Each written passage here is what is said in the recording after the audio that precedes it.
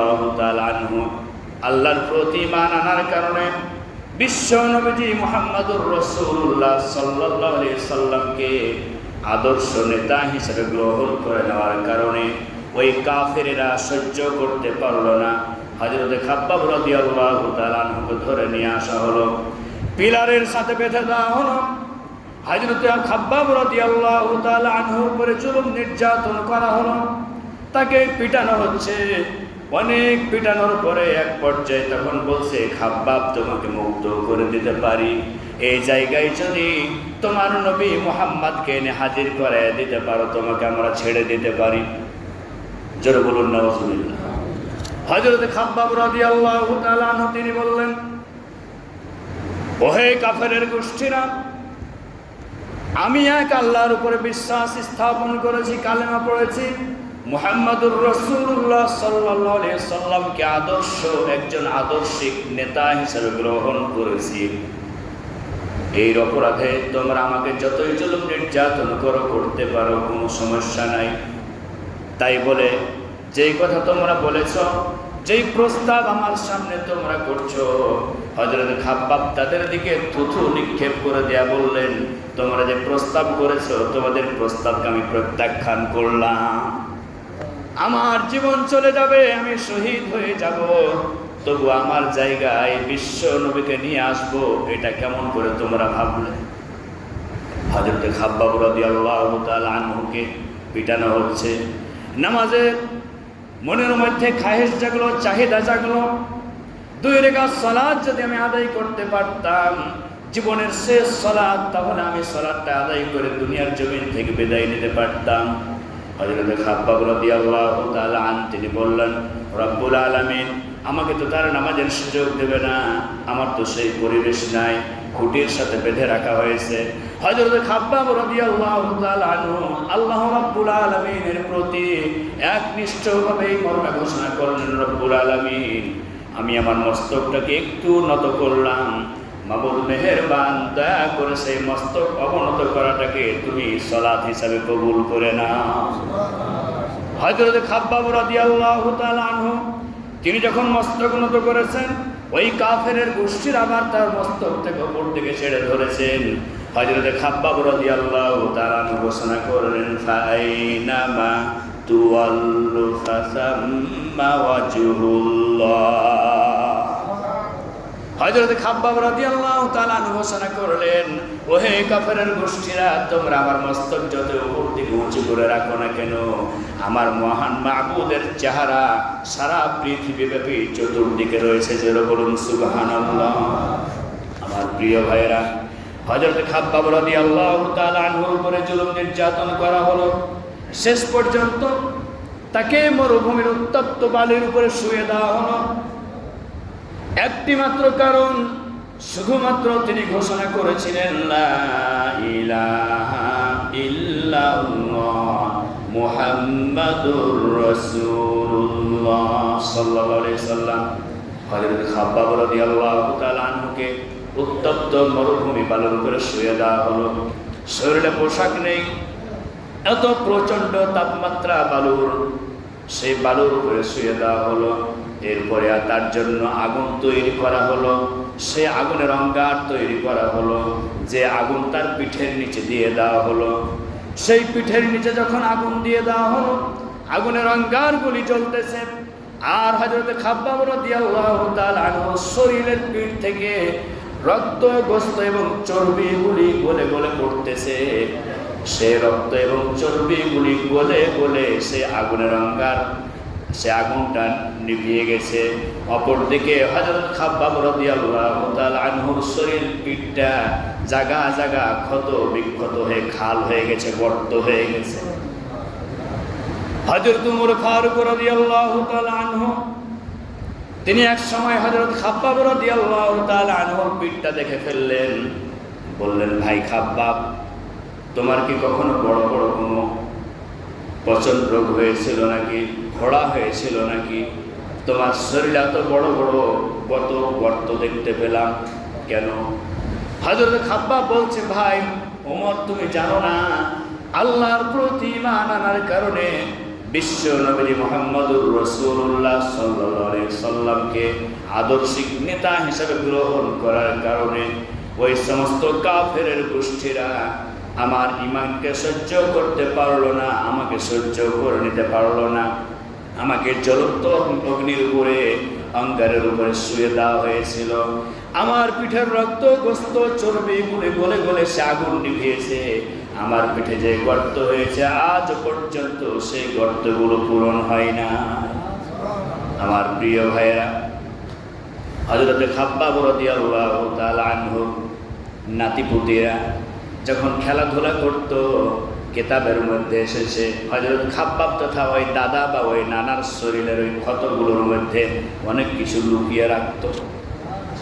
গর্ত ক্ষত লুকিয়ে রাখত। আমার প্রিয় ভাইরা, তাদের ইসলাম আর আমাদের ইসলাম পালন একরকম।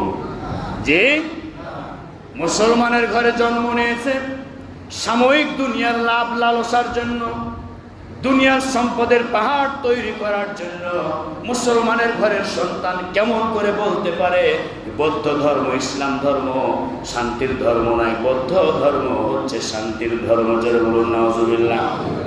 কেমন করে বলতে পারে? মুসলমানের ঘরে জন্ম নেওয়ার পরে কেমন করে এমন কথা বলতে পারে? কোরআনুল কারীমের মধ্যে এমন কোনো একটি আয়াত নেই যে আয়াতে আল্লাহর জমিনে আল্লাহর দ্বীনকে প্রতিষ্ঠিত করতে হবে, এমন কোন আয়াত নাই। জোরে বলুন নাউজুবিল্লাহ। তাদের চিন্তা ভাবনা একটাই, আবল তাবল কথা বলবো, মানুষকে ধোঁকা দিয়ে বোকা বানিয়ে দেব, মানুষের মনটাকে আমরা কেড়ে নেব।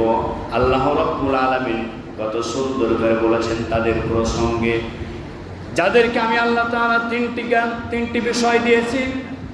লাকাদ যারানা লিজাহান্নামা কাসীরাম মিনাল জিন্নি ওয়াল ইনস।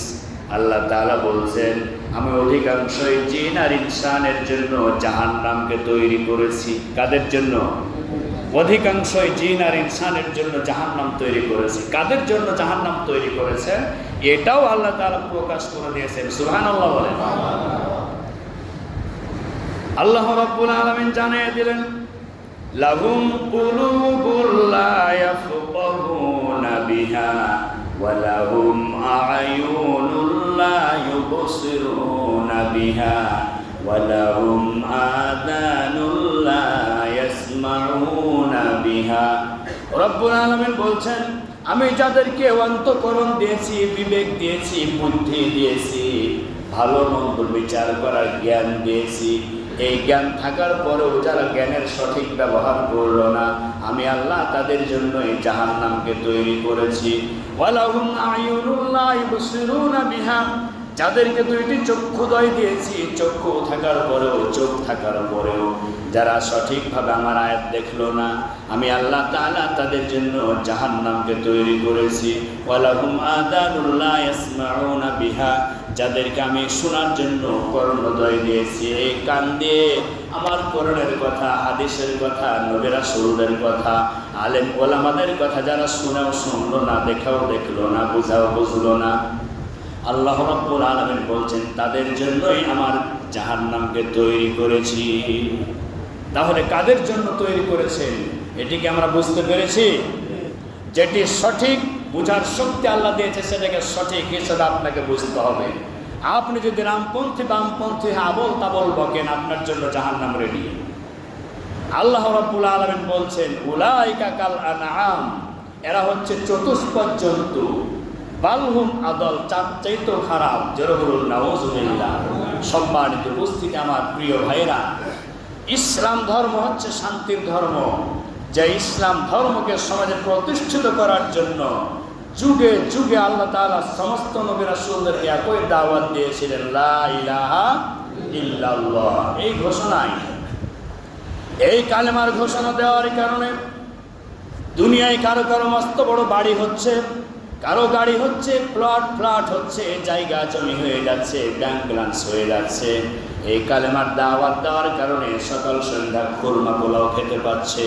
আবার কেউ বা এই কালেমার সঠিক ব্যাখ্যা বিশ্লেষণ করার কারণে তাদের গলায় ফাঁসির রশি ঝুলিয়ে দেওয়া হচ্ছে। ঠিক না? ঠিক আমার প্রিয় ভাইরা, তাহলে দেখুন এই কালেমাকে আমরা কত রকমভাবে মানি বা কত রকমভাবে পালন করি। আল্লাহ রাব্বুল আলামিন বললেন, হযরতে খাব্বাব রাদিয়াল্লাহু তাআলা আনহু বিশ্বনবী মুহাম্মদুর রাসূলুল্লাহ সাল্লাল্লাহু আলাইহি সাল্লামের দরবারে উপস্থিত হলেন। আন খাব্বাব ইবনুল আরাত রাদিয়াল্লাহু তাআলা আনহু قال شكونا الى النبي صلى الله عليه وسلم وهو متوسد بردة له في ظل الكعبة فقلنا ألا تستغفروا لنا ألا تدعو الله لنا إلى آخر الحديث। হযরত খাব্বাব রাদিয়াল্লাহু তাআলা আনহু বলছেন, আমরা এক সময় বিশ্বনবী মুহাম্মদুর রাসূলুল্লাহ সাল্লাল্লাহু আলাইহি সাল্লামের দরবারে গেলাম। নবীজি সাল্লাল্লাহু আলাইহি সাল্লাম কাবার দেওয়ালের সাথে হেলান দিয়ে বিশ্রাম ফরমাচ্ছেন। আমরা সেখানে গেলাম, সালাম কালাম করলাম। আমরা বললাম, ইয়া রাসূলুল্লাহ, ইয়া হাবিবাল্লাহ, আমরা তো কাফের মুশরিকদের জুলুম অত্যাচার নির্যাতন আর সহ্য করতে পারছি না। ঈমান আনার কারণে, আল্লাহর প্রতি বিশ্বাস স্থাপন করার কারণে আমাদের উপর জুলুম নির্যাতন এতই করা হচ্ছে, এটা অসহ্য হয়ে যাচ্ছে। ইয়া রাসূলুল্লাহ, আলা তাস্তানসিরুনা লানা আলা তাদউল্লাহু লানা। ইয়া রাসূলুল্লাহ, আপনি কি আমাদের জন্য আল্লাহর দরবারে দোয়া করবেন না? আমাদের সাহায্যের জন্য আল্লাহ রাব্বুল আলামিনের কাছে দোয়া করবেন না? বিশ্ব নবী সাল্লাল্লাহু আলাইহি সাল্লামের সাহাবীরা কতটা জুলুম নির্যাতনের শিকার হয়েছিলেন, যেমন কষ্টের কথা তাদের মুখ দিয়ে বেরিয়ে এসেছে। কষ্টটা কি, জুলুমটা কি হালকা ছিল না ভারী ছিল? এত ভারী ছিল, আকাশ বাতাস ভারী হয়ে যায়। বিশ্ব নবীর সাহাবীরা যারা বিশ্ব নবীর সাথে উঠা বসা করেছেন, সকাল সন্ধ্যা দেখেছেন, খেয়েছেন, চলাফেরা করেছেন, সেই সাহাবীদের জীবনে কত বিপদ আপদ মুসিবত নেমে এসেছিল যে তারা সহ্য করতে না পেরে বিশ্ব নবীর দরবারে গিয়ে আল্লাহর কাছে দোয়া করার জন্য প্রার্থনা করতে বলছেন। বিশ্ব নবী মুহাম্মদুর রাসূলুল্লাহ সাল্লাল্লাহু আলাইহি সাল্লাম বললেন, আমার সাহাবীরা, তোমাদের উপরে কি এমন জুলুম নির্যাতন এসেছে, কতইটুকু বা জুলুম নির্যাতন এসেছে, কিন্তু তোমাদের পূর্ববর্তী ভাইয়েরা যারা আল্লাহর প্রতি ঈমান এনেছিলেন, তৎকালীন সময় নবী রাসূলদের প্রতি বিশ্বাস স্থাপন করেছিলেন, তাদের উপরে যেই জুলুম নির্যাতন এসেছিল আজ পর্যন্ত তোমাদের উপরে সেই জুলুম নির্যাতন আসে নাই। বিশ্বনবী মুহাম্মদুর রাসূলুল্লাহ সাল্লাল্লাহু আলাইহি সাল্লাম পূর্ববর্তী নবী এবং তার উম্মতের কথা সাহাবায়ে কিরামদের সামনে তুলে ধরলেন। আমার সাহাবীরা, সেই সময় পূর্ববর্তী উম্মতদের তথা তোমার ভাইদের উপরে যে জুলুম নির্যাতন করা হয়েছিল, কাউকে কাউকে বুক পর্যন্ত খুঁড়ে মাটির তলে পুঁতে দেওয়া হয়েছিল, সেই করাত এনে মাথার উপরে বসিয়ে দেওয়া হয়েছিল, সেই করাত চালানো হয়েছিল, শরীর দুই দিকে দ্বিখণ্ডিত হয়ে পড়ে গিয়েছিল। তারপরও তাদের ঈমান এতটাই অটল ছিল, ঈমান এতটাই তাদের মজবুত ছিল, এতই মজবুত ঈমান ছিল যে ওই সময় তাদেরকে ঈমান থেকে তাদেরকে টলাতে পারে নাই, নড়াতে পারে নাই, তাদেরকে ঈমান থেকে দূরে সরিয়ে নিয়ে যেতে পারে নাই। তোমাদের মধ্যে সেই জুলুম নির্যাতন এখনো পর্যন্ত আসে না। আমার প্রিয় ভাইরা, হযরত খাব্বাব রাদিয়াল্লাহু তাআলা আনহুকে এভাবে করে বিশ্বনবী সাল্লাল্লাহু আলাইহি সাল্লাম উপদেশ দিচ্ছেন।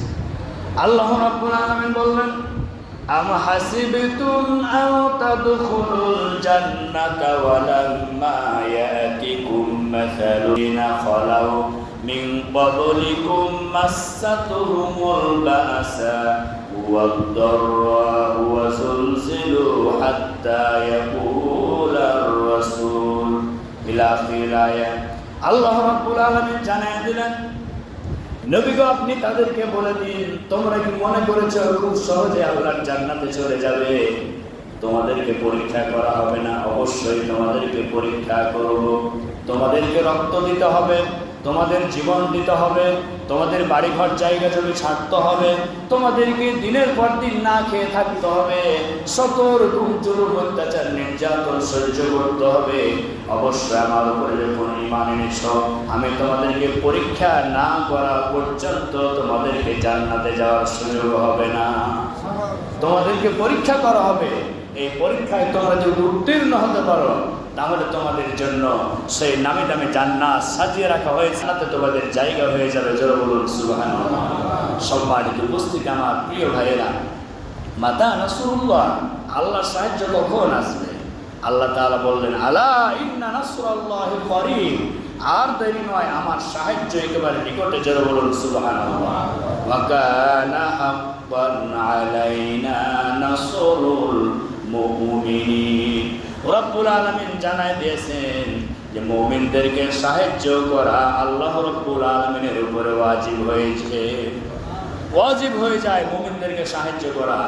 সম্মানিত উপস্থিতি আমার প্রিয় ভাইরা, অতএব আল্লাহর জমিনে যতক্ষণ আল্লাহ তাআলা আমাদেরকে হায়াত দিয়েছেন, আমরা কি আল্লাহর গোলামি করতে চাই? আল্লাহর জমিনে আল্লাহর দ্বীন প্রতিষ্ঠিত হোক, কোরআনের সমাজ প্রতিষ্ঠিত হোক, এটাকে আমরা চাই? আমার প্রিয় ভাইরা, সত্যিকার অর্থে বলবেন, আমি আপনাদের নাজাতের জন্য, আপনাদের কল্যাণের জন্যই মূলত এই কথাগুলি বলছি। আল্লাহর জমিনে আল্লাহর কোরআনের সমাজ প্রতিষ্ঠিত যদি হয়, এই সমাজটাকে প্রতিষ্ঠিত করার জন্য নবী রাসূলদেরকে আল্লাহ তাআলা নির্দেশ করেছিলেন। আমাদের নবী নেই, কিন্তু তার ইমানদার বান্দা বান্দি সেই নবীর উম্মত আছে না নাই? কোরআনের সমাজ যদি প্রতিষ্ঠিত হয়, এই সমাজের মানুষ সুখে থাকবে, শান্তিতে থাকবে না অশান্তিতে থাকবে? শান্তি বিরাজ করবে, খুন থাকবে না, হত্যা থাকবে না, ধর্ষণ থাকবে না, গুম থাকবে না, ছিনতাইকারীরা থাকবে না। আজ যত ছিনতাই চলছে, বিশেষ করে বাংলাদেশের জমিনে ছিনতাই করার কারণে মানুষ আজকে জর্জরিত হয়ে পড়েছে, ঠিক না বেঠিক? অতএব আমরা যদি সামনের দিন সুন্দর একটি সোনালী সমাজ চাই, তাহলে আল্লাহর কোরআন, এটি আল্লাহ তাআলা কোরআনের সমাজ প্রতিষ্ঠার জন্য নির্দেশ করেছেন। এই কোরআন কি কোনো দলের? খাস করে কোনো দলের? খাস করে কি বাংলাদেশের? সারা বিশ্বের মানুষের জন্য, হেদায়েতের জন্য আল্লাহ কোরআন নাজিল করেছেন। এটা বিশ্বাস করতে হবে, এটা আল্লাহর কালাম, এটা আল্লাহর কথা। সম্মানিত উপস্থিতি, অতএব আসুন আমরা আল্লাহ তাআলার জমিনে যতক্ষণ তিনি আমাদেরকে রেখেছেন, আল্লাহর জমিনে আল্লাহর গোলামি যদি আমরা করতে চাই, তাহলে অবশ্যই তিনি আমাদেরকে ক্ষমা করে দেবেন, মাফ করে দেবেন, এবং তিনি আমাদেরকে ক্ষমা করে মাফ করে তিনি আমাদেরকে জান্নাত দেবেন, এই আশাবাদ ব্যক্ত করছি। এবং আল্লাহ তাআলা তিনি আমাদের সকলের জিন্দেগির গুনাহ খাতা মাফ করে দিন, পড়ছি আল্লাহুম্মা আমিন। আল্লাহ তাআলা আমাদের সকলকে সুস্থ